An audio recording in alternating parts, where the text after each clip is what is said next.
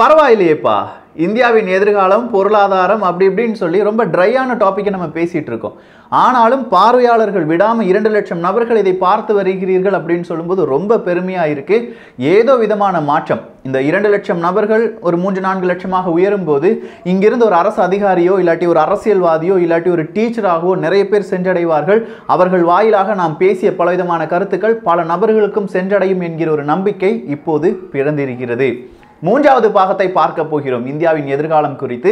இந்த பாகத்தில் நம்முடைய பாப்புலேஷன் ஜனத்தொகை எப்படி இந்தியாவுக்கு பாசிட்டிவா இருக்கா நெகட்டிவா இருக்கா என்பதை தெளிவாக உணரப்போகிறோம்.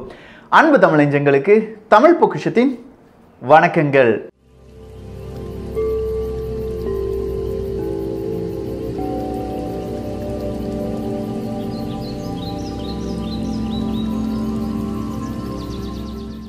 இந்தியாவின் ஜனத்தொகை அப்படின்னு சொல்லும்போது இந்திய இளைஞர்களுடைய எக்ஸ்பெக்டேஷன் ரொம்ப அதிகமாக இருக்கிறது. ஆனால் இந்திய இளைஞர்களுக்கு கிடைக்கும் அறிவு மிக குறைவாக இருக்கிறது என்பதை நாம் உணர்ந்து கொள்ள வேண்டும்.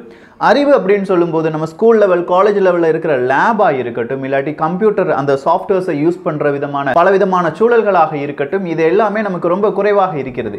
ஆனால் எக்ஸ்பெக்டேஷன் ரொம்ப அதிகரித்து கொண்டே போகிறது. காரணம், நமக்கு கிடைக்கிற அறிவு எல்லாமே வெளிநாடுகளை பார்த்து நாம் படிக்கிறோமே தவிர நம்ம நாட்டில் இருக்கிற அறிவை எப்படி வளர்த்து கொள்ளலாம், அதற்கான எஜுகேஷன் சிஸ்டம் என்ன, அதை எப்படி நம்ம நாட்டுக்கு தேவையான யுக்திகளாக மாற்றலாம் என்கிற அறிவு நம்மிடையே கொஞ்சம் கொஞ்சமாக குறைந்து வருகிறது. இதை தான் நம்ம எல்லாருமே இவ்வளவு நாள் படிச்சுட்டு வந்துட்டு இருக்கோம். அது வேறொரு விஷயம். சோ இந்த பாப்புலேஷன் அப்படின்னு சொல்லும்போது பாப்புலேஷன் growth தான் இந்தியாவினுடைய வளர்ச்சிக்கு தடையாக இருக்கிறது என்று பலரும் சொல்வார்கள். ஆனா ஒரு காலகட்டம் இருக்கிறது 2050 சீனா வர்சஸ் இந்தியா இல்லாட்டி அமெரிக்கா வர்சஸ் இந்தியான்னு சொல்லி அடிச்சு பாருங்க, மிகப்பெரிய ஒரு டைம் பாம் வெடிக்கும். பல உலக நாடுகளில் முதுமையானவர்கள் தான் அதிகமாக இருக்கும். அந்த ஒரு தருணத்தில் இந்தியாவில் மட்டுமே இளைஞர்கள் அதிகமாக இருப்பார்கள் என்கிற ஒரு கணக்கெடுப்பு தான். அந்த கணக்கெடுப்பு பார்க்க போனால் கூட 2025 2040க்குள் இந்தியாவால் சாதிக்க முடியாதது எதுவுமே இல்லை என்பதை நம்மால் உணர்ந்து கொள்ள முடியும். இளைஞர்கள் இருக்கிறார்கள், இளைஞர்களுடைய பலம் இருக்கிறது. இதைத்தான் அப்துல் கலாம் ஐயா அவர்களும் சொன்னார்கள். ஸோ இந்த பாப்புலேஷன் அப்படிங்கிறத பார்ப்பதற்கு முன்பாக முதல் கட்டமாக நம்மகிட்ட இருக்கிற இப்போ எஜுகேஷன் சிஸ்டத்தை பற்றி பார்க்கணும். எஜுகேஷன் சிஸ்டம் அப்படின்னு சொன்ன உடனே இப்போ புதுசாக நிறைய NEP-லாம் கொண்டு வந்தாங்க, நேஷனல் எஜுகேஷன் பாலிசி என்பதெல்லாம் கொண்டு வந்தாங்க. அதில் நிறைய குறைகள் இருந்தது, நிறைய நிறைகள் இருந்தது. ஸோ இது எல்லாமே ஒரு 34 வருடங்களுக்கு பிறகுதான் நம்முடைய சிலபஸை நம்ம என்ன செய்ய போகிறோம், மாற்றி அமைக்க போகிறோம். நிச்சயமாக இது இந்தியாவின் ஒரு தோல்வி தான். இதை ஒரு 10 வருடங்களுக்கு ஒரு முறையாவது இந்த சிலபஸ் நம்ம என்ன செய்யணும், அப்டேட் பண்ணணும். நம்முடைய அந்த திறன் இல்லாட்டி அதை எப்படி சொல்லிக் கொடுக்க வேண்டும், அதற்கான சுற்றுச்சூழல் எப்படி இருக்க வேண்டும். இப்பெல்லாம் வந்து டச் ஸ்கிரீன்ல நம்முடைய ஆசிரியர்கள் சொல்லிக் கொடுக்க வேண்டிய ஒரு கட்டாயத்துக்கு வந்து விட்டார்கள். அந்த அளவுக்கு உலகம் அட்வான்ஸ்டா போயிட்டு இருக்கும்போது நம்முடைய சிலபஸ் இல்லாட்டி நம்முடைய உள்கட்டமைப்புகள் இந்த மாதிரி பாதிப்பு பாதியில் நிற்பதால் தான் நம்முடைய வளர்ச்சி தடைபடுகிறது.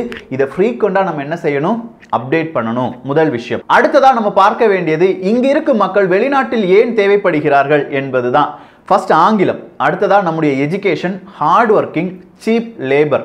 இந்த 4 விஷயங்கள் தான். அதில் குறிப்பாக hard working and cheap labour என்பதை மட்டும் நாம் நீக்கிவிட்டோம் என்றால் பல உலக நாடுகளில் இருக்கும் இந்தியர்கள் தேவையில்லை, நீங்க இந்தியாவுக்கே திரும்பி போயிருங்க அப்படின்னு சொல்லி அனுப்பி விடுவாங்க. உதாரணத்துக்கு இப்போ கொரோனா வந்துருச்சு, கொரோனா வந்தவுடன் இந்தியர்களுடைய பல நபர்களுடைய வேலை பறிக்கப்பட்டிருக்கிறது. அவங்க ஹார்ட் ஒர்க்கிங் தான் செஞ்சிட்டு இருந்தாங்க. ஆனாலும் அவங்க நாட்டுக்கு இவர்கள் தேவையில்லை என்று சொல்லும்போது அவர்கள் பிற நாடுகளிலிருந்து இந்தியாவுக்கு அனுப்பப்படுகிறார்கள். ஸோ அந்த ஹார்ட் ஒர்க்கிங்கை இந்தியாவில் நாம் செலுத்தினோம் இல்லாட்டி செயல்படுத்தினோம் என்றால் இந்தியாவின் வளர்ச்சி எப்படியாக இருக்கும். அப்படின்னா என்னடா, இந்தியாவில் இருக்கிறவங்க ஹார்ட் ஒர்க்கிங் பண்ணலையா? இந்த கேள்விக்கான பதிலை இந்த பதிவு முடியும் போது உங்களுடைய கருத்துக்களாக நான் எதிர்பார்க்கிறேன். ஸோ ஹார்ட் ஒர்க்கிங் நிறைய பேர் செஞ்சுட்டு இருக்கோம். ஆனால் ஸ்மார்ட் ஒர்க்கிங் அப்படின்னு சொல்லும்போது அதை வெகு சிலர் தான் செஞ்சுட்டு இருக்கோம். அதில் முக்கியமாக இளைஞர்களுடைய பங்கு என்ன என்பதை நாம் தெரிந்து கொள்ள வேண்டும். இந்தியாவின் ஜனத்தொகை எவ்வளவு அப்படின்னு கேட்டால் 130 கோடி அப்படின்னு சொல்லுவாங்க. இந்த 130 கோடி மனிதர்களில் கிட்டத்தட்ட 50% மனிதர்கள் 25 வயதிற்கும் குறைவானவர்கள். ஸோ கொஞ்சம் யோசிச்சு பாருங்க, நம்முடைய இந்தியா அப்படிங்கிற ஒரு நாட்டில் பாதி ஜனத்தொகை இளைஞர்கள், 25 வயதுக்கும் குறைவான இளைஞர்கள். ஸோ அவர்கள் நினைத்தால் எதுவும் சாதிக்கலாம். அதை அந்த கணக்கை அப்படியே உங்கள் மைண்டில் வச்சுக்கோங்க. இனி சொல்ல போகிற ஒவ்வொரு கணக்கையும் நீங்கள் பார்க்கும்போது ஸ்மார்ட் ஒர்க்கிங், ஹார்ட் ஒர்க்கிங், நம்முடைய உள்கட்டமைப்பு, இந்தியாவின் அரசியல் அமைப்புகள் இல்லாட்டி அரசியல் கட்சிகள் அவர்கள் செய்த சூழ்ச்சிகள், இது எல்லாமே நமக்கு மிகப்பெரிய ஒரு விஷயமாக தெரிய வரும். ஸோ 50% இளைய சமுதாயம் இருக்கிறது. 25 வயதுக்கும் கீழ்பட்டவர்கள்ங்க 35-40 வரை இளைஞர்கள் தான். பட் இப்படி ஒரு கால்குலேஷன் நம்ம எடுத்து பார்த்துட்டா கூட இதில் படித்தவர்களும் இருப்பார்கள், படிக்காத நபர்களும் இருப்பார்கள். ஸோ ஒவ்வொரு இளைஞனும் ஒவ்வொரு அசெட் தான். இந்தியாவை பொறுத்த வரைக்கும், ஒரு நாட்டை பொறுத்த வரைக்கும் ஒவ்வொரு மனிதனும் அந்த நாட்டினுடைய அசெட், அவனுடைய சொத்து, அந்த நாட்டினுடைய சொத்து அப்படின்னு சொல்லலாம். ஒவ்வொரு இளைஞர்களும் அவர்கள் அந்த நாட்டுக்காக என்ன செய்கிறார்களோ அதை பொறுத்து தான் அந்த நாடு வளருமா தேயுமா என்பதை நம்மால் உறுதியாக கூற முடியும். அந்த மனிதன் உழைப்பதற்கு தேவையான அனைத்து விதமான சூழ்நிலைகளையும் உருவாக்கி கொடுக்க வேண்டியது அந்த நாட்டினுடைய கடமை, அந்த நாட்டை ஆள்பவர்களுடைய கடமை. ஸோ இந்த 50% இளைய சமுதாயத்தில் படித்த நபர்கள் 100 பேரை எடுத்துக்கிட்டிங்கன்னா 35 பேருக்கு இப்போ வேலை இல்லை.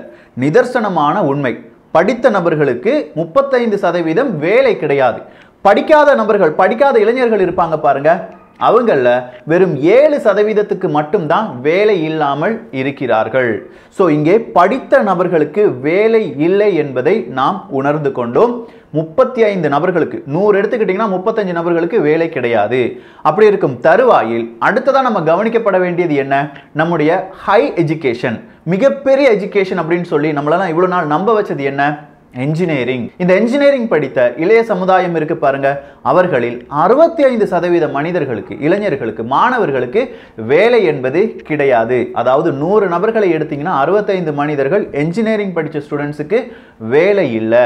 இங்க எக்ஸ்பெக்டேஷன் ரொம்ப கூடுதலாக இருக்கு. அதற்கான அறிவு, அந்த மாணவர்களுக்கு கொடுக்கக்கூடிய அறிவு குறைவாக இருக்கிறது. என் வீட்டில இருந்து ஒரு என்ஜினியரிங் ஸ்டூடெண்ட் வந்து விட வேண்டும் அப்படிங்கிற ஒரு எக்ஸ்பெக்டேஷன் வழியாக தரம் குறைந்த என்ஜினியரிங் காலேஜஸ் இங்கே வளர தொடங்கிவிட்டது. அரசாங்கம் இதை கவனிக்க வேண்டும். தரம் குறைந்த கல்வி நிறுவனங்கள் இருந்தது என்றால் அதற்கான தக்க தண்டனையை அந்த கல்வி நிறுவனங்கள் அடைய வேண்டும். அதை அனுபவித்தவர்கள், இல்லாட்டி அதுல லாபம் கொய்த்தவர்கள் எல்லாருக்கும் பலவிதமான தடைகளை இந்திய நாட்டிலே பிறப்பிக்க வேண்டும். அப்படி இருந்தால் மட்டும்தான் சரியான ஒரு இளைய சமுதாயத்தை நம்மால் உருவாக்க முடியும். சோ இப்படிலாம் பார்க்கும்போது உங்களுக்கு வேற ஒரு டவுட் வரும். அப்படின்னா இந்தியாவில் இருக்கிற பாதி மனிதர்களுக்கு வேலை இல்லையா என்று கேட்டால், பாதி மனிதர்களுக்கு கிடையாதுங்க. 3 மனிதர்களை எடுத்துக்கொண்டோம் என்றால் அதில் 2 மனிதர்களுக்கு வேலை கிடையாது. இந்த 2 மனிதர்கள் என்று சொல்லும்போது அங்கே குழந்தைகளும் எல்லாருமே வருகிறார்கள். ஸோ 130 கோடி மனிதர்களில் இப்போது எத்தனை மனிதர்களுக்கு ஒர்க் ஃபோர்ஸ் அப்படின்னு சொல்லுவாங்க, வேர்ல்டு பேங்க், உலக வங்கியின் அடிப்படையில் இந்தியாவில் இருக்கும் ஒர்க் ஃபோர்ஸ் எவ்வளவு அப்படின்னு கேட்டீங்கன்னா வெறும் 49 கோடி மனிதர்கள். இந்த 49 கோடி மனிதர்கள் தான் வேலை செய்யும் பருவத்தில் வேலை செய்யக்கூடிய மனிதர்களாக இருப்பவர்கள். இதுல 10% வேலையில்லா திண்டாட்டத்தில் இருப்பவர்கள் அப்படின்னு சொல்லி நீங்க வச்சுக்கிட்டாலும் ஒரு 9 கோடி எடுத்து மாத்திரலாம். மீதம் இருக்கும் 40 கோடி மனிதர்கள். இந்த 40 கோடி மனிதர்கள் உழைத்துதான் இந்தியாவை வல்லரசாக மாற்ற வேண்டும். ஆனா இந்த 40 கோடி மனிதர்கள் இருக்காங்கல்ல, இவங்க வேலை செய்ய தயாராக இருக்கிறார்களா என்று கேட்டால் ஒரு ஆய்வு சொல்கிறது நிச்சயமாக கிடையாது. நம்முடைய எக்ஸ்பெக்டேஷன் எல்லாமே ரொம்ப கூடுதலா இருப்பதனால் நமக்கு இந்த வேலை தான் செட் ஆகும் அப்படின்னு சொல்லி ஒரு குரூப் ஆஃப் யங் ஜெனரேஷன் இப்போது இந்தியாவில் வளர தொடங்கி இருக்கிறார்கள். அதன் காரணமாக நிறைய வேலை வாய்ப்புகள் இருக்கிறது. ஆனால் அந்த வேலை செய்வதற்கான மனிதர்கள் இந்தியாவில் கிடைப்பது இல்லை. இது நீங்கள் நன்றாக கவனிக்க வேண்டிய ஒரு இடத்தில் இருக்கிறீர்கள். உதாரணத்துக்கு நீங்க ஒரு வயல்வெளி எடுத்துக்கோங்க, அப்படி இல்லைன்னா உங்க கிராமத்தை எடுத்துக்கோங்க, இல்லாட்டி உங்க வீட்டுக்கு வேலைக்கு எடுத்துக்கோங்க. அங்க இருக்க மனிதர்கள் கூட சரியான வேலையை செய்வதற்கு சரியான மனிதர்கள் கிடையாது.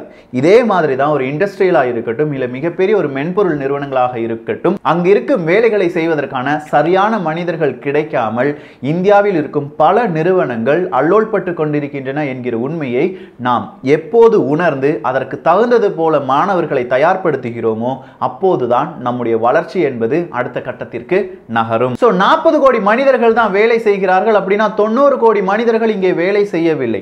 இதுதான் இந்தியாவின் மிகப்பெரிய ஒரு பாதிப்பு அப்படின்னு சொல்லலாம். குழந்தைகளை வேலை வாங்க வேண்டும் அப்படின்னு நான் சொல்லல. இங்க 90 கோடி மனிதர்கள் இருக்காங்க பாருங்க. இவங்க ஒவ்வொரு கட்டத்திலும் அவங்களுடைய வேலை இல்லாமல், இல்லாட்டி அவர்களுக்கான வேலை உருவாக்கப்படாமல் இருக்கிறது. ஒவ்வொரு மனிதனும் ஒரு நாட்டினுடைய சொத்து என்று நான் சொன்னேன். அதே மாதிரி பார்க்க போனா இந்த 90 கோடி மனிதர்களில் அட்லீஸ்ட் எகைன் ஒரு 20 to 30 கோடி மனிதர்கள் மீண்டும் வேலைக்கு செல்கிறார்கள். அவர்களுக்கான வேலை இங்கே உருவாக்கப்படுகிறது என்றால் அவங்களால கிடைக்கிற லாபம் இந்தியாவுக்கு எவ்வளவு பெருசா இருக்கும்.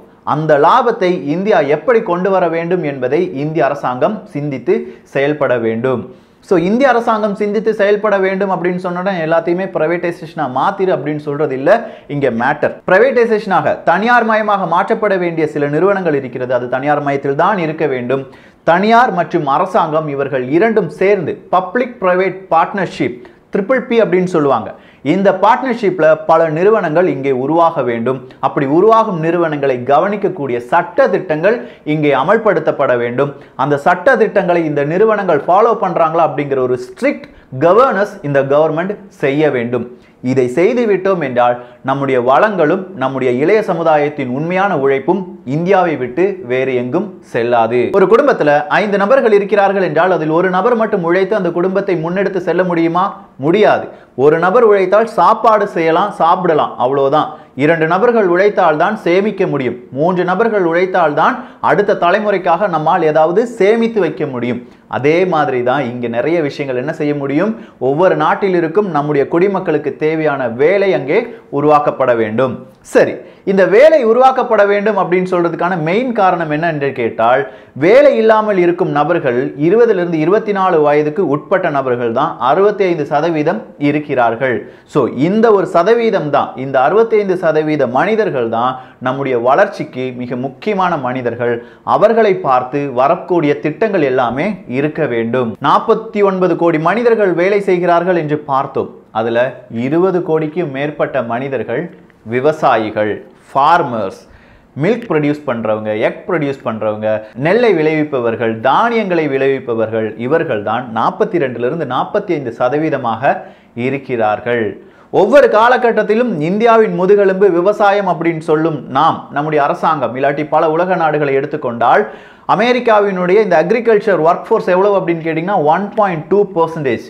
சீனாவை நீங்க எடுத்துக்கிட்டீங்கன்னா இப்போது அவங்களுடைய அக்ரிகல்ச்சர் ஒர்க் ஃபோர்ஸ் 27% இருக்கிறது. நம்ம நாட்டில் தான் 42 to 50% ஒர்க் ஃபோர்ஸ் இந்த அக்ரிகல்ச்சர்ல இருக்கு. அப்படின்னா முதலில் அவர்களை மேம்படுத்துவதற்கான இங்கிருந்து விளையும் பொருட்களால் எப்படி இந்தியாவால் லாபம் பார்க்க முடியும் என்பதை நாம் உணர்ந்து கொள்ள வேண்டும். நம்முடைய அரசாங்கம் தெரிந்து கொள்ள வேண்டும். அக்ரிகல்ச்சரை டவுன் பண்ணிட்டு இண்டஸ்ட்ரியல்ஸை இங்க கொண்டு வந்துட்டீங்கன்னா இந்திய இறையாண்மை இல்லாட்டி இந்தியாவின் அந்த சுற்றுச்சூழல் முழுவதுமாக பாதிக்கப்பட்டு பல நபர்கள் மேலும் துன்பப்படுவார்களே தவிர இந்தியாவினுடைய வளர்ச்சி என்பது துளியும் இருக்க வாய்ப்பு கிடையாது. மாசுபட்ட நகரங்கள் யாவை அப்படின்னு சொல்லி கூகுள்ல நீங்க சர்ச் பண்ணி பாத்தீங்கன்னா ஒரு 30 சிட்டிஸ் வரும், 30 நகரங்கள் வரும். அந்த 30 நகரங்களில் கிட்டத்தட்ட 20 நகரங்கள் இந்தியாவினுடைய நகரங்கள் தான். சோ இந்தியாவினுடைய அடுத்த பிரச்சனை என்ன? மாசுபாடு. அது நீராக இருக்கட்டும், காற்றாக இருக்கட்டும், நிலமாக இருக்கட்டும், இந்த மாசுபாட்டை நாம் என்ன செய்ய வேண்டும்? கொஞ்சம் கொஞ்சமாக குறைக்க வேண்டும். ப்ரோ, இதெல்லாம் கேட்கறதுக்கு நல்லா தான் ப்ரோ இருக்கு. ஆனா இது எப்படி சாத்தியப்படும்? நம்முடைய அரசாங்கம் இதெல்லாம் செய்வாங்களா? இப்போ இருக்கிற மத பற்று இல்லாட்டி ஜாதி பற்று, இனப்பற்று, இப்படிலாம் நிறைய பற்றுகள் வைத்து தானே இங்க இருக்கும் அரசியல் எல்லாமே நடைபெற்று கொண்டிருக்கிறது. நான் சொல்றது ஒட்டுமொத்தமா இந்தியா மாற வேண்டும் அப்படிங்கிறது கிடையாதுங்க. ஒட்டுமொத்தமா ஒவ்வொரு குடும்பமும் மாற வேண்டும். இதை கேட்கும் மனிதர்கள், மாணவர்கள், அடுத்ததா படிக்க நினைக்கும் மாணவர்கள், படிக்க வைக்க வேண்டிய ஒரு கடமையில் இருக்கும் பெற்றோர்கள், நாம் தான் இதை உணர வேண்டும். நம்முடைய குழந்தை என்னவாக இருக்க வேண்டும்? ஒரு அக்ரிகல்ச்சர்ல மிகப்பெரிய ஒரு மனிதனாக மாற வேண்டும். இல்லாட்டி நமக்கு எங்கெங்க ஓட்டை இருக்கு, இந்த ஓட்டைகளை எப்படி நிவர்த்தி செய்யலாம்? ரோபோட்டிக்ஸா இருக்கட்டும், இல்லாட்டி பிக் டேட்டாவா இருக்கட்டும், அதை குறித்து அதிகமாக என்ன படிக்க வேண்டும்? மாற்று வழியில் என்னென்ன விஷயங்களை படிக்கலாம்? இன்டர்நெட் வழியாக எந்த விஷயங்களை அதிகமாக தெரிந்து கொள்ளலாம்? இதை பற்றியான தேடுதலை நம் மாணவர்களுக்கும் நம்முடைய குழந்தைகளுக்கும் நாம் விதைக்க வேண்டும். அதற்கான ஒரு ஸ்டெப்பை தான் நான் இங்க எடுத்து வைக்கிறேனே தவிர ஒட்டுமொத்தமா இந்திய அரசியலில் இதெல்லாம் மாற்றம் வேண்டும் அப்படின்னு சொன்னா நான் இங்க ஒரு பிஎம்ஓ சிஎம்ஓ எல்லாம் கிடையாது. சோ ஒரு சேஞ்ச் அப்படிங்கிறது நம்மிடம் இருந்து தொடங்க வேண்டும். அந்த சேஞ்ச் எப்படி தொடங்கலாம்? நிறைய ஃபாரினர்ஸ், இந்தியாவிலிருந்து வெளிநாட்டுக்கு வேலைக்கு போனவங்க இன்னைக்கு வெளிநாட்டில் வேலை இல்லை அப்படின்னு சொல்லிட்டு இந்தியாவுக்கு வராங்க. அவர்கள் நிறுவனங்களை தொடங்க வேண்டும். அவங்ககிடம் பணம் இருந்தால் அவர்கள் ஒரு நிறுவனத்தை தொடங்க வேண்டும். இல்லாட்டி பல நபர்களுக்கு, இந்தியாவில் இருக்கும் மனிதர்களுக்கு வேலை கொடுக்க வேண்டும். அது மட்டும் நடந்துருச்சுன்னா நிறைய பணக்காரர்கள் வெளிநாடுகளிலிருந்து இப்போது இந்தியாவுக்கு வந்திருப்பார்கள். அவங்களுடைய நிலம், நிறைய நிலம் இருக்கும். இல்லாட்டி அவங்களுக்கு தேவையான ஏதாவது ஒரு நிறுவனத்தை இங்க தொடங்க வேண்டும் அப்படிங்கிற ஒரு ஆசை இருக்கும். இந்த கொரோனா முடிஞ்ச உடனே மறுபடியும் அயல் நாடுகளுக்கு செல்லாமல் இந்தியாவை எப்படி புனரமைக்கலாம் என்பதை பற்றி தீவிரமான ஆலோசனையில் நீங்கள் இறங்க வேண்டும். அடுத்ததா, மிகப்பெரிய பணக்காரர்களுக்கு கடுமையான டாக்ஸ் கொடுத்தே ஆக வேண்டும். நம்முடைய பணம் தான் அவர்களிடம் இருக்கிறது. அதை எப்படியாவது கொஞ்சம் இந்தியாவுக்கு சாதகமாக பயன்படுத்த வேண்டும். அவர்கள் சரியாக அதை செயல்படுத்துகிறார்களா என்கிற ஒரு சட்டம் கொண்டு வர வேண்டும். வரா கடன்கள் மீண்டும் வசூலிக்கப்பட வேண்டும். மல்லையா முதல் இருக்கிற எல்லா நபர்களிடம் இருந்தும் நம்முடைய கடன் என்பதை நாம் வசூலிப்பதற்கான அனைத்து நடவடிக்கைகளிலும் ஈடுபட வேண்டும். இதெல்லாம் அரசாங்கம் செய்ய வேண்டியதுதான். ஆனால் நம்முடைய குடிமகன்களுக்கு இதெல்லாம் தெரிந்து கொள்ள வேண்டும். இதை தெரிந்து கொண்டால்தான் ஓகே, நம்முடைய பணம் அங்கங்க இருக்கு, அதை இந்தியாவுக்கு கொண்டு வரணும் அப்படிங்கிற ஒரு நினைப்பாவது அரசாங்கத்திற்கு வரும். நான்காவதாக, பொல்யூஷனை கண்ட்ரோல் பண்ணணும் அப்படிங்கிறத நம்ம பார்த்தோம். நமக்கு தேவையான தண்ணீர் இங்கே இருக்கிறதா என்பதை உறுதி செய்ய வேண்டும். சடனா இங்கே தண்ணீர் இல்லாத சிட்டிஸ் அப்படி நீங்க அடிச்சு பாத்தீங்கன்னா அது ஒரு 10-15 சிட்டிக்கு மேல வரும். சோ அந்த சிட்டிஸ்க்குலாம் எப்படி நம்ம தண்ணி கொடுக்க போறோம்? உடனே உப்பு நீரை தண்ணீராக நல்ல நீராக மாற்றக்கூடிய திட்டங்களை கொஞ்சம் அமல்படுத்த வேண்டும். ரொம்ப சிவியரா இருக்கக்கூடிய நகரங்களில் இந்த திட்டத்தை முதலில் கொண்டு வந்த பிறகு அடுத்ததா கொஞ்சம் அணைகளை கட்ட வேண்டும். இந்த அணைகள் அப்படின்னு சொல்லும்போது 87,000 அணைகள்லாம் நான் கட்ட சொல்லலை. தேவையான அணைகளை அட்லீஸ்ட் இன்னும் ஒரு 5 வருடங்களில் நாம் கட்டி வைத்தால்தான் வரப்போகும் அடுத்த ஒரு 5 வருடங்கள் நீங்கள் இண்டஸ்ட்ரீஸ்லாம் கொண்டு வந்தீங்கன்னா இங்கே தண்ணீர் எல்லாமே இருக்கும். அதை விடுத்து நீங்கள் இண்டஸ்ட்ரீஸை மட்டும் கொண்டு வருவதற்காக பலவிதமான முயற்சிகளை ஈடுபட்டால் இங்கு இருக்கும் இயற்கை வளங்கள் களவாடப்படும். நிறைய பேர் நேற்றைய பதிவில் போட்டிருந்தது என்ன தெரியுமா, சூப்பரான ஐடியா கொடுக்குறீங்க பாஸ், ஆனால் நீங்கள் தானே இஏஏக்கு எதிராக இருந்தீர்கள் அப்படிங்கிறது தான். அதாவது என்விரான்மெண்ட் இம்பாக்ட் அசஸ்மெண்ட்டுக்கு எதிராக. இங்கே எதிராக யாரும் இல்லை, அங்கு இருக்கும் குறைகளை நிவர்த்தி செய்ய வேண்டும் அப்படிங்கிறது தான் நம்முடைய கோரிக்கையாக இருந்தது. அந்த குறைகளைத்தான் நம்ம பாயிண்ட் அவுட் பண்ணணும். அதுதான் அரசாங்கத்துக்கும் தேவைப்பட்டது. இஐஏவை பொறுத்த வரைக்கும் நம்முடைய கருத்துக்களை அரசாங்கம் கேட்டிருக்கிறது. அதனுடைய அப்டேட் கூடிய சீக்கிரமாக அப்டேட்டட் அறிவிக்கையாக வரும் என்று அறிவித்திருக்கிறார்கள். அதன் பிறகு பார்க்கலாம். ஸோ யாருக்கும் இந்த இஏஏவை எதிர்த்தவர்கள் நிறைய பேருக்கு, சாதாரண மனிதர்களுக்கு, பொலிட்டிஷியன்ஸை விட்டுருங்க, சாதாரண மனிதர்களுக்கு அவர்களுடைய இன்டென்ஷன் இந்தியா வளரக்கூடாது அப்படிங்கிறது கிடையாது. இந்தியா வளர வேண்டும், அதே நேரத்தில் இந்தியாவின் வளங்கள் அடுத்த தலைமுறைக்கும் பாதுகாக்க வேண்டும் என்கிற சின்ன ஒரு இன்டென்ஷன் தான். அதை முதலில் எல்லோரும் புரிந்து கொண்டால் வரும் கால இந்தியா வரும் தலைமுறைக்கான இந்தியாவாகவும் இருக்கும். ஸோ இன்னும் நிறைய விஷயங்கள் பேசலாம். ஆனால் இது ஒரு ட்ரை டாபிக் அப்படின்னு சொன்னால் இன்னும் கொஞ்ச நாட்களுக்கு பிறகு இந்த டாப்பிக்கை மறுபடியும் நம்ம கண்டினியூ பண்ணுவோம். ஸோ இன்னும் கொஞ்சம் மசாலா இருக்கிற டாபிக் அணுநாக்கியெல்லாம் வரப்போகிற சில தினங்கள் இருக்க போகிறது. இந்த ஒரு காணொலி பற்றிய உங்களுடைய கருத்துக்கள் இங்கே வரவேற்கப்படுகின்றன. எல்லோரும் தமிழ் பொக்கிஷத்தில் இணைந்திருங்கள். தமிழ் பொக்கிஷம் சேனலை சப்ஸ்கிரைப் செய்யாத தோழர்கள் தோழிகள் தயவுசெய்து சப்ஸ்கிரைப் பண்ணிக்கோங்க. நல்லதை பகிர்ந்து நல்ல சமுதாயத்தை உருவாக்குவோம். நன்றி, வணக்கம்.